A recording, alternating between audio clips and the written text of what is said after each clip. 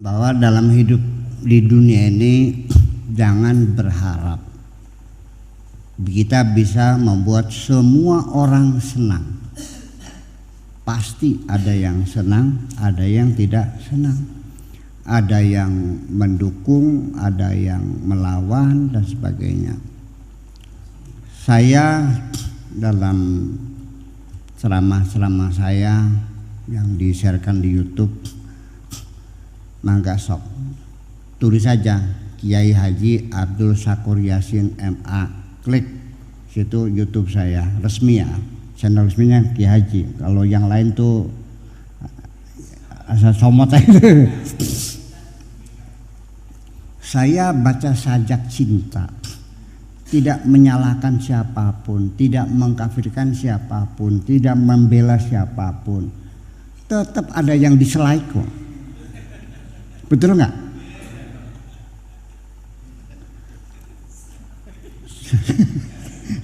Saya menerangkan tentang pernikahan orang yang sudah hamil by accident gitu. Sangga saya bilang sah. Ya, kecuali kalau hamilnya punya suami. Kalau hamil karena kecelakaan mah ya nggak apa-apa. Itu kan hukum fikih. Fikih bukan kata saya, kata fikih. Ada juga yang dislike tuh, nggak tahu maksudnya apa ini. Jadi mungkin nggak yang nggak mungkin. Kalau saya bagi-bagi duit nih per orang 1 jutaan semua, setuju nggak semua? Pasti enggak. Pakai Syakur mau nyalon jadi gubernur. Jangan berharap kita orang akan suka kepada kita semuanya. Hitung-hitungannya 50% plus 1 aja udah bagus. Berarti kita menang kan? 50% plus 1 kan menang kan? Iya sudah, berarti kita berhasil berarti. Jangan berharap 100%. Begini, jadi akhirnya bahwa ribut bid'ah gitu tuh. Saya ingin mengatakan sesungguhnya Allah itu maha bid'ah. Maha bid'ah. Badi'us samawati wal ard, artinya Allah maha bid'ah di langit dan di bumi Allah. Kenapa? Setiap saat Allah membeli yang baru terus. Apapun yang namanya baru itu namanya bid'ah. Ya. Al-Badi itu maha bid'ah ya. Jadi wa kullu bid'atin masa Allah dolalah. Jangan dong. Jadi begini maksud saya, bahwa ada 2 pendapat Pak Surahman bahwa orang memahami agama ada 2 paham. Yang satu namanya tekstual, yang satu namanya kontekstual. Yang satu namanya tradisional, yang satu rasional. Ya, begini, ketika ada pertanyaan bagaimana hukumnya menggunakan sikat gigi, apakah mendapatkan pahala sunnah atau tidak? Kalau orang yang melihatnya secara tekstual akan mengatakan tidak dapat pahala sunnah, karena Nabi tidak pernah menyuruh sikat gigi. Yang disuruh itu siwak. Ini dalilnya, laula an asyqa ala ummati la amartuhum bisiwaki 'inda kulli salatin. Nabi bilangnya bisiwaki, bukan bisikati, bukan. Jadi kalau dapat pahala ya sunnah siwak ya harus pakai siwak, bukan pakai sikat gigi. Dan siwak itu juga kayunya tidak boleh pakai kayu mangga, nggak boleh kayu jambu, tapi harus pakai kayu arak yang belinya di Mekah dan panjangnya 20 cm segini. Terus dikupas ujungnya, dipukul-pukul nanti keluar seratnya. Itu yang sunnah Nabi itu. Kalau sikat gigi ya bukan sunnah. Itu Saya tidak menyalahkan, ya sudah, mangga silakan. Jadi setiap mau sholat latak lutuk. Kalau lupa pakaikan kain.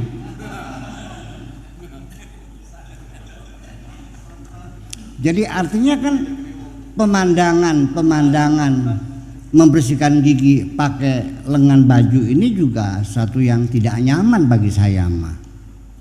Tetapi saya tidak menyalahkan karena orang itu dasarnya karena mencintai Kanjeng Nabi. Saya ingin menghormati dan tidak mungkin saya menyalahkan siapapun. Punten. Ya, kalau ada yang tersinggung mohon maaf, saya tidak punya maksud untuk menyinggung siapapun. Tetap hormati dan mudah-mudahan diterima oleh Allah saking cintanya.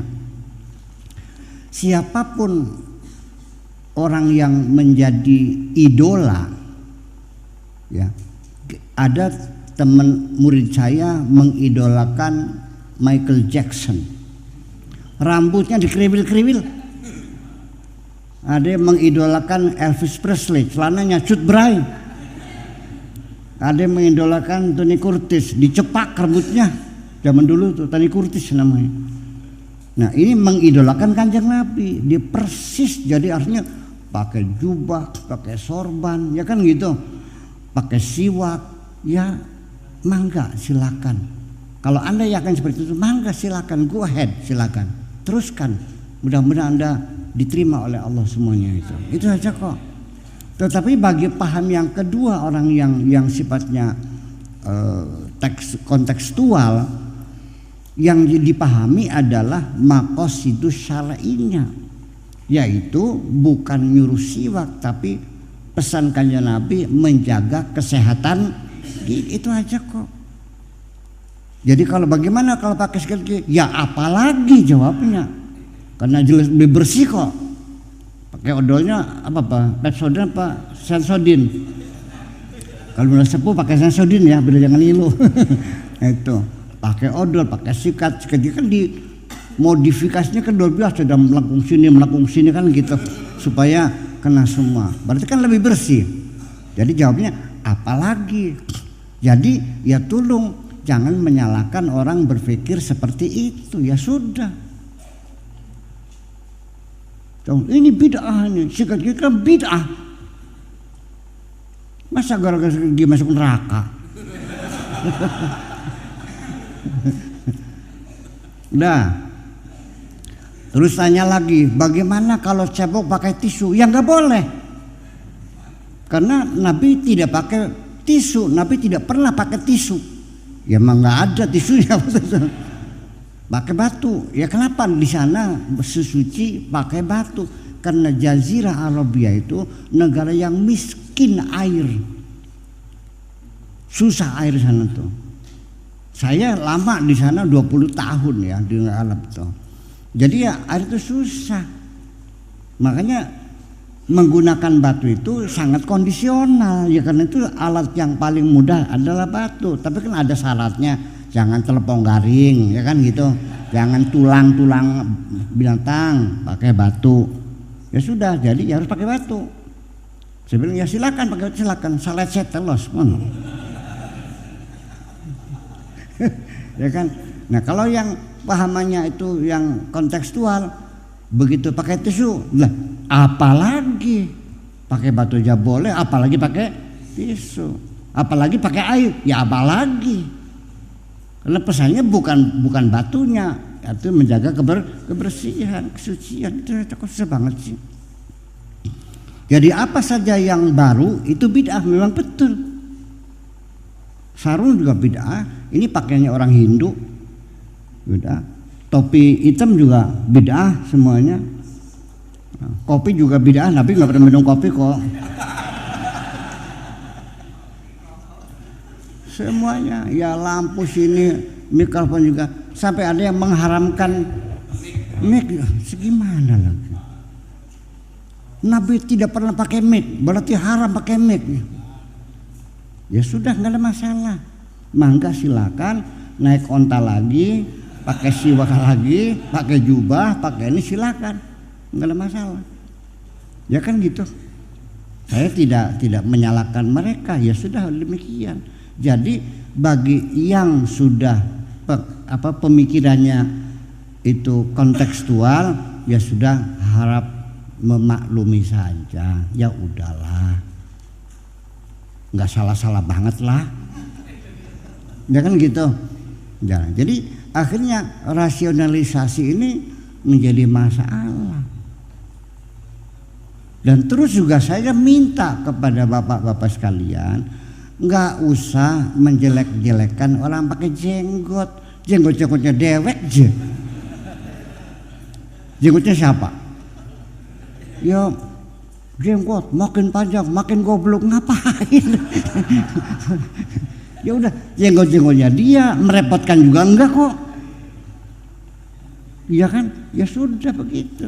Karena Nabi pakai jenggot ya mangga silakan. Tapi asal Anda jangan memaksa saya pakai jubah, saya pakai sarung. Karena sarung ini pakaian yang multiple purpose. Pakaian serbaguna. Pengen dibuktikan, habis makan nggak ada lap bisa disarung lapnya. Habis mandi nggak ada anduk bisa pakai sarung. Malam tidur kedinginan bisa buat selimut. Ya kan? Di jalan nggak susah tidur bisa cangkulin di pohon kan gitu. Ini kan pakai serbaguna. Saya mah anak sarung. Bid'ah mah iya. Nabi tidak pakai sarung kok. Nih, Nabi sendiri, nih apa saja yang namanya baru, tetapi itu lebih baik disambut dengan baik kok. Ya, Nabi tidak pernah ini tidak boleh, enggak kok. Silahkan berkembang, silahkan maju. Setiap ada modifikasi yang lebih baik silahkan disambut. Nah, orang Arab itu dulu orang perempuan tuh enggak ngerti pakai celana dalam. Ya bagaimana dalamnya, yang kainnya pakai kulit kok, kertas kulit kambing ditekuk, dibolong tengahnya, masuk di kepala, disobek tengahnya, dijahit sininya, itu pakaiannya gitu. Belum ada tekstil waktu itu, nggak ada makanya. Belum ada BHTX, belum ada. Gitu. Nah, suatu ketika ini cerita di suatu pasar ada orang perempuan dari Persia, pedagang gitu, bawa dagangan, naik onta. Ontanya terkilir gitu, akhirnya dia terjatuh, terlentang. Orang-orang pada menutup muka takut barangkali terbuka, ternyata pakai celana dalam. Dari situlah orang Arab belajar perempuan pakai celana dalam. Bid'ah nggak celana dalam tuh? Bid'ah. Tetapi Nabi bilangnya begitu, ya Rasulullah ada perempuan terjatuh, terjelengkang, ternyata dia pakai celana dalam. Begitu perempuan pakai celana dalam, pikir Nabi, bagus dong. Lalu beliau mengatakan, barakallah al-mutasarwilat. Semoga Allah memberkahi perempuan yang pakai celana dalam. Ceritanya gitu. Jadi apa saja yang bagus ya silakan. Nah itu, jadi yang namanya pengertian bid'ah itu bukan selalu begini. Saya menjadi aneh sekali. Dalam pikiran-pikiran fikih, pikiran orang pada abad keempat, sekarang abad ke-21. Dia berapa abad tuh? 11, 17. Abad keempat, sekarangnya abad ke-21, berarti 1000 tahun yang lalu. 1400, Nabi itu 1400. Nah, fuqaha itu mulai mengatakan abad keempat. Ya, abad kedua itu mulai Maliki, Hanafi, Hambali kan abad kedua. Nah, jadi sudah 10 abad yang lalu. Itu pikiran-pikiran mereka. Bisa nggak kita revisi? Nggak bisa. Harus seperti itu. Bisa nggak disempurnakan? Nggak bisa, sudah semikian. Bayangkan. Tetapi kalau di dalam bidang teknologi, orang dulu bikin mobil itu setirnya di tengah, ya. Ford bikin mobil model T itu setirnya di tengah, klaksonnya dipencet tetot tetot tetot gitu, ya. Belum ada wiper belum loh. Setiap saat disempurnakan sampai mobil sekarang sangat nyaman sekali, betul? Wiper saja disempurnakan setiap saat, dari yang tadinya hanya 1 langkah sekarang menjadi 3 langkah, ada sedang, ada cepat. 3 sekarang, lamban, sedang, cepat. Pakai sensor sekarang lagi. Kalau hujannya besar dia cepat sendiri, hujan kecil dia pelan sendiri. Lampu merah dia mandek. Bagus nggak disempurnakan tuh? Tapi dalam pemikiran agama Islam kayaknya tidak boleh disempurnakan, karena awalnya sudah meyakini al-yawma akmaltu lakum dinakum wa atmamtu 'alaikum ni'mati wa raditu lakumul islam madinah. Sudah sempurna. Setiap orang yang meyakini sudah sempurna, sejak itu sudah tidak mungkin akan berpikir lagi apa yang mau disempurna kok. Ini mungkin ini yang perlu kita pikirkan, ya kan begitu.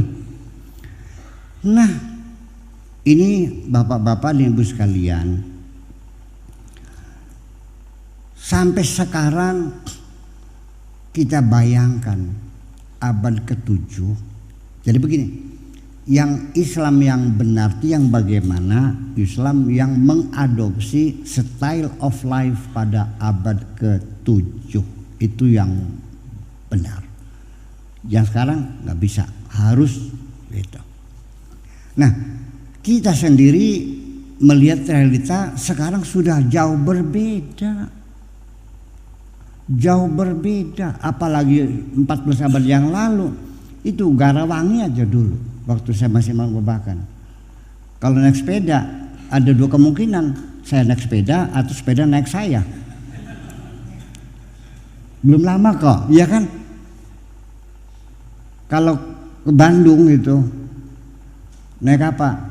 Hanya 2-3 bus yang ke Bandung itu. Iya. Dan lama sekali ya, mungkin 12 jam ke Bandung itu. Iya. Ya. Jadi teknologi kan sudah berubah semuanya. Jadi apakah mungkin kita akan hidup seperti abad ke-7 lagi gitu? Nah, ini yang menjadi tolak ukurnya bagaimana. Nah, sekarang saya mau bertanya jujur aja. Apakah betul bahwa Islam itu sholihun fi kulli zamanin wa makan? Relevan di segala tempat dan di segala zaman. Kapan saja, di mana saja selalu relevan. Saya mau nanya nih, anak perempuan kecil dikawinkan dalam kitab fikihnya boleh nggak? Masih relevan nggak? Kita cabut undang-undang perkawinan pernikahan hasil kompilasi hukum Islam mencabut ya perkawinan di bawah umur. Berapa tahun? 16 tahun laki-laki, 18 tahun perempuan. Siapapun di sini yang menikahkan anaknya di bawah umur masuk penjara. Sekalipun Anda mengatakan kitab kuningnya mengizinkan, nggak ada urusan, masuk penjara. Ya, sanksi.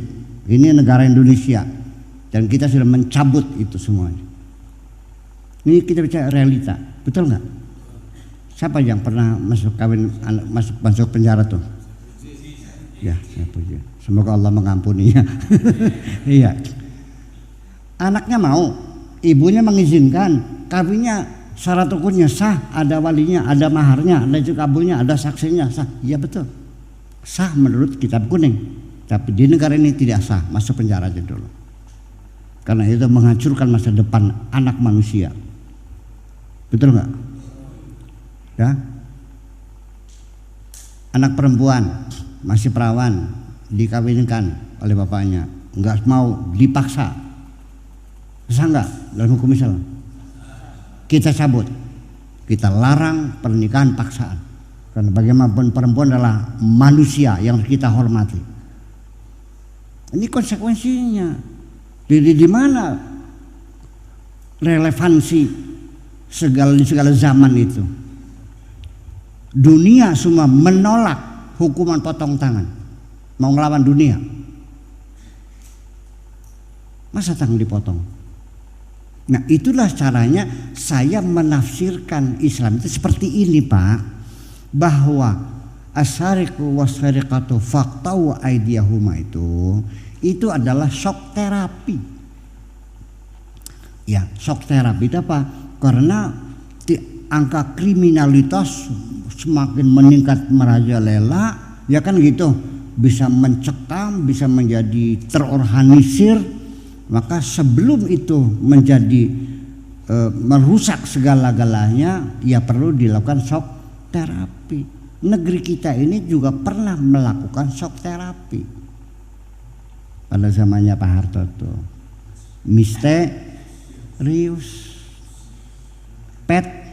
Petrus tangkap, tembak, pagi-pagi masukin karung, buang ke Sungai Cimanuk, sampai orang Indramayu nggak mau makan ikan selama 3 bulan tuh, untuk memulihkan keamanan. Sudah aman ya sudah, jangan terus-terusan dong, kan gitu. Iya, ya artinya bahwa kalau sudah semakin merajalela perlu ada shock terapi. Jadi jangan dijadikan hukum selama. Sekarang yang menolak bukan saya mah bukan penguasa, saya tidak punya apa-apa, tapi seluruh negara di dunia itu menolak hukum potong tangan. Semua negara Islam pun menolak, hanya satu, Jazirah Arabia, Saudi Arabia masih. Itu aja. Hukum pancung nggak ada, udah, ya kan begitu, betul nggak? Udah. Lelaki mengatakan ku cerai kamu, sah nggak? Sah, tapi dicabut kekuasaan laki-laki menceraikan istrinya sesuka-suka, kewenangan mutlak dicabut, tidak sah, harus diproses di pengadilan. Lah ya iya dong, ini undang-undang pernikahan berhadapan dengan ayat wa man lam yahkum bima anzalallah faulaika humul kafirun. Barang siapa yang menghukumi tidak dengan yang dihitung Allah berarti kafir, berarti bangsa Indonesia kafir semua begitu. Lah ya iya, ini hukum yang berlaku seperti itu. Kafir semua nih.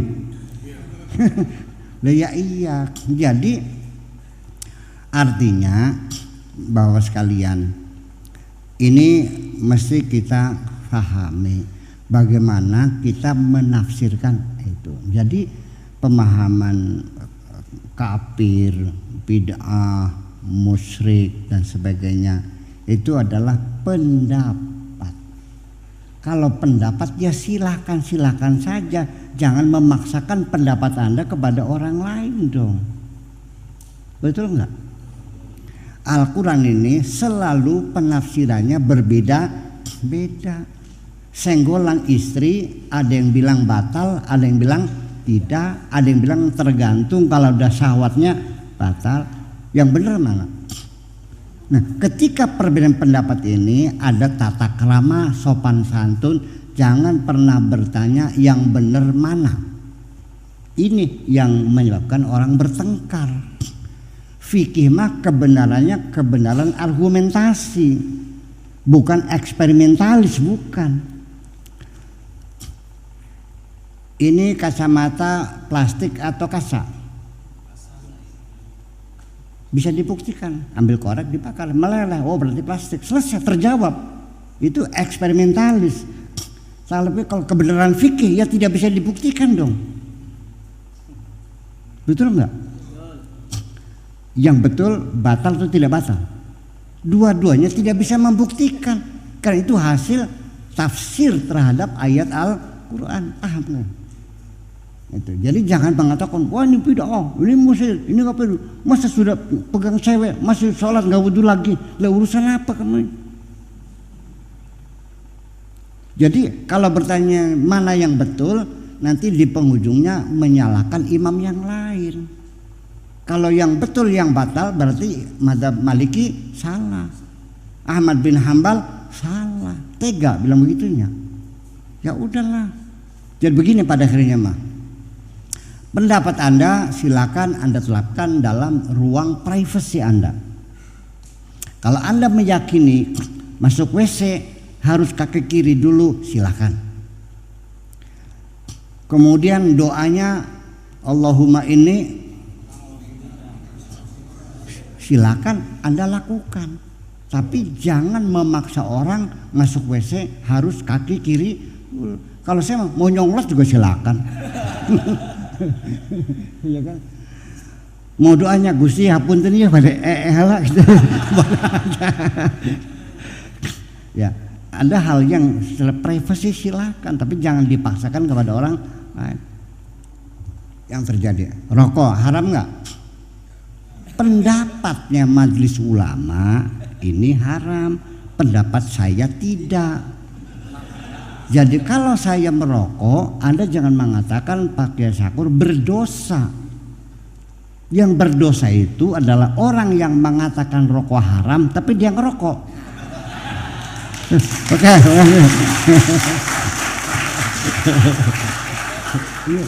Iya, cukup tak? Jadi walhasil bahwa bapak-bapak ibu sekalian, ini dalam menafsirkan Al-Quran. Sebagai kata penutup bahwa Al-Quran inna anzalnahu Qur'anan Arabian, dengan memakai bahasa Al-Quran pakai bahasa kan. Kalau bahasa itu ada undang-undang bahasa namanya linguistik, bahwa bahasa itu tidak pernah menunjukkan makna secara pasti, bisa maknanya banyak, ngomongnya begini maksudnya begitu, betul nggak? Anak saya bilang, Mama, Awab sudah bisa makan sendiri. Mananya apa?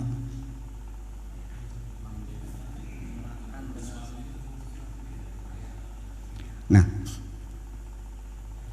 anak saya mengatakan begitu pada suatu hari waktu dia kelas 4 SD, sedang disuapin ibunya, dia tarik piringnya, dia makan sendiri dengan mengatakan Awab sudah bisa makan sendiri. Apa maknanya?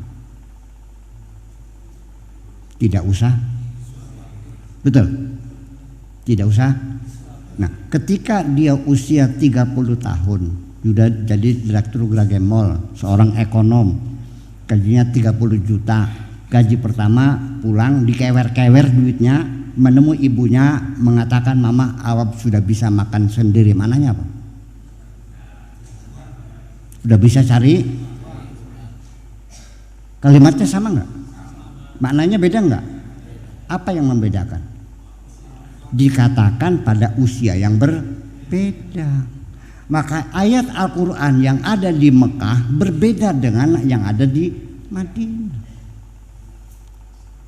Ayat-ayat keras itu nggak bisa dipakai di sini dong, karena kondisinya sudah berbeda.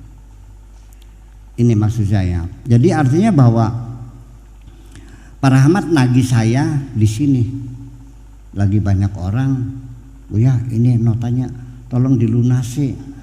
Saya cari bakyak. Diapain bakyak gitu? Tapi kalau nagihnya di rumah, ya enggak dong. Saya sopan Pak Rahmat. Tolong dong, minggu ini belum ada uang, insya Allah minggu depan deh, untungnya gitu. Selesai. Kenapa saya jadi, apa bedanya? Kenapa di sini saya marah? Karena di sini bukan tempatnya lah.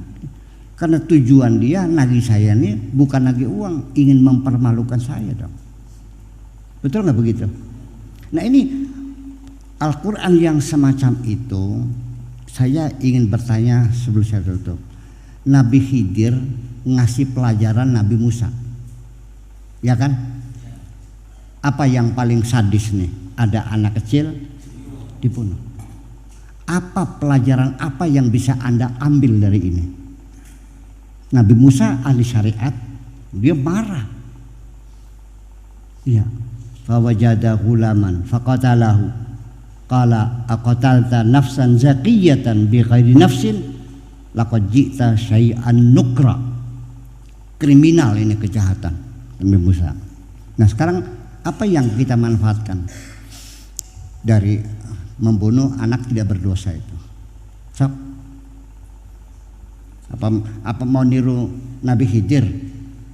Seorang anak diduga nanti besoknya jadi penjahat, bunuh aja sekarang, gitu caranya. Ada orang diduga akan mencuri, dipotong aja dulu tangannya, begitu caranya. Ya bukan itu, jangan salah tafsir dong, ya kan? Kabel dibolongin, apa artinya milik orang dibolongin? Nah ini kan pelajaran perlu penafsiran yang jelas. Larinya, wow ini ilmu hakikat, kok jauh banget ilmu hakikat. Begini, sok nanya sama ahli hukum sealam dunia, mungkinkah seseorang dihukum karena diduga dia akan melakukan kejahatan? Boleh nggak? Boleh nggak? Nggak boleh dong. Diduga akan melakukan kejahatan, dihukum aja dulu. Ya nggak ada. Setelah melakukan itu pun kalau ada dua bukti yang kuat, baru dari mulai diduga lalu tersangka lalu tertuduh, ya kan begitu baru. Nah sekarang apa pelajaran itu? Ini pelajaran adalah pelajaran khusus untuk badan intelijen, bukan untuk orang awam.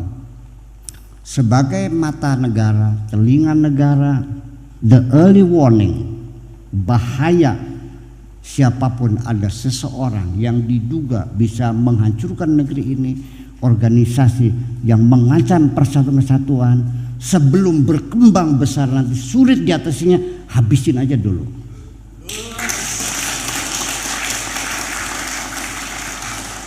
Tapi jangan ketangguhan. Kalau ketangguhan proses hukum juga sama aja, itulah begitu.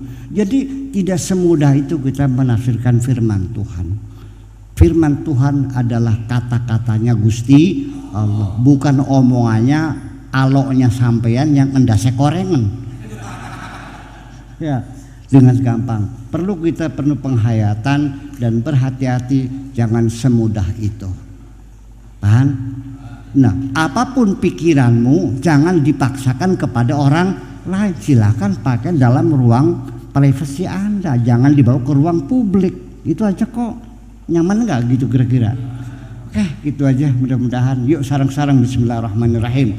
Rabbana auzi'na an nashkura ni'mataka allati an'amta 'alaina wa 'ala walidayna wa an na'mala salihan tarda wa adkhilna bi rahmatika fi 'ibadika salihin. Rabbana atina fid dunya hasanah wa fil akhirati hasanah wa qina adzabannar.